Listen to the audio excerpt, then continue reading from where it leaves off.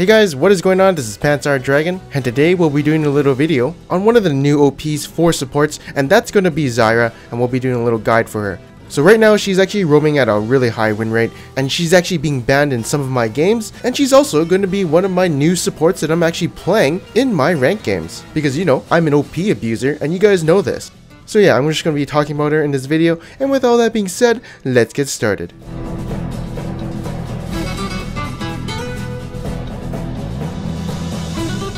Alright, so in one of my games, I saw this and I was like, Jesus, that's a lot of damage for a support, especially with a really bad KDA. But obviously that's not why I think she's OP. There are many different reasons why I actually find her really strong, and one of those reasons is that Zyra's passive is actually super annoying in lane. These seeds spawn every 11 to 6 seconds based on your level, and sometimes they actually spawn 2 at the same time. So imagine old Zyra, you know, she had to use her W to get these seeds up, and then she would get some plants if she used a spell. Now on top of your W giving seeds, you also have your passive. So that's basically double the plants you can have, and it can be extremely hard for the enemy to deal with.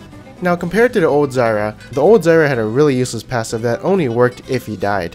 So that wasn't really too useful and you could actually miss it. But now she obtained something even better, which is a passive that's pretty useful in the laning phase, or just sieging towers. So that's definitely a bonus for her, and obviously it's an improvement from her last passive. Now by having a lot more seeds, she can actually zone a lot with her plants, and the enemy does not want to go near those things because they actually deal quite a bit of damage even though they got nerfed when they did her rework. But that doesn't really matter too much because obviously she's going to have a lot more plants. Also, even though the damage on her plants and her Q has been lowered, her base damage is actually still relatively high, and she doesn't really need too much items to deal a lot of damage. This is why you're going to see a really interesting build with her, especially the rune page that's coming up later in this video. Now the next thing I'm going to be talking about is definitely going to be something that was overlooked by a lot of people, and that is her movement speed has been increased from 325 to 340. That's a little high, to be honest. I mean, it's not Pantheon's, which is 355, but this does definitely help for running to the lane, kiting the enemies, and just roaming around the map. Now, because of your seeds spawning from your passive, and sometimes you don't use those passive seeds, it can be a really good retreat for, say, if you're getting ganked by a jungler, and then you just retreat to the unused seeds, and all of a sudden he's kind of scared to fight you. So your passive is really good for a defensive mechanism, since no one wants to fight you in your plants. Now when this update happened, her AP ratios actually got lowered on her Q and her passive. So building AP on her is not the best idea to do, which means going AP mid Zyra isn't as efficient as playing support Zyra. In this sense, when a champion has a lot more base damage than her AP ratios, it's better to build magic penetration than ability power. Anyways, those are the reasons why I kind of find she's kind of OP right now, especially her new passive, which makes the laning phase against her really obnoxious and annoying to deal with. Anyways, now that we're talking about the build, why don't we talk about what the build kind of looks like on her.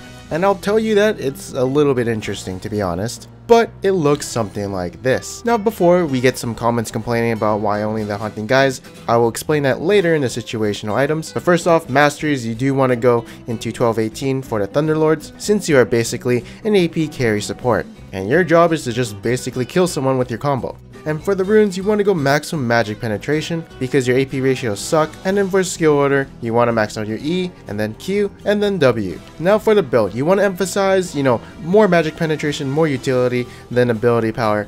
And that's why we go Eye of the Watcher, because it only gives 25 AP, while Frost Queen's Claim gives us an active and 50 ability power, so we kind of want to avoid that. And we just emphasize hard on the magic penetration. And then we go to the utility items after. Now let's talk about some situational items you might want to buy. So if you are planning on going Leandries, I highly recommend it if you are facing like 1 or 2 tanks. Recently in my games, I haven't really faced a lot of tanks, it's been a lot of squishy champions, so I didn't really buy it. But if you're facing a lot of squishy champions, like 5 squishies, don't buy it.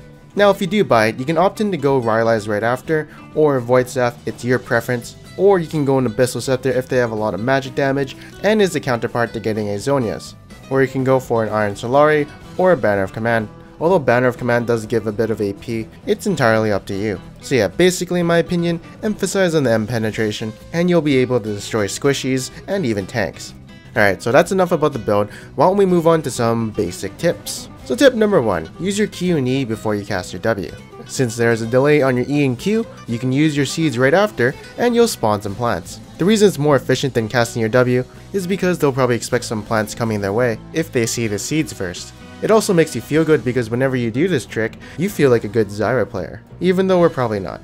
Next up, tip number 2. Cast your W if you have charges and don't plan to use them soon. So if you have 2 charges, stockpiled in your W, and you're just sitting around in lane, what's the point of holding onto 2 of them when they cost no mana and it's not recharging anything? So yeah, if you're just waiting around for the enemy to get back to lane, just put 1 seed down so that your W actually starts charging again. This tip is actually a little original because I had to think of it on my own, and I thought it was actually something kind of cool that I should mention. For the next tip, if you want to know the skill combo, basically it's EWRQ, and make sure you get your E combo with the R as soon as possible so you can chain the root and the knockup together to get that full CC combo.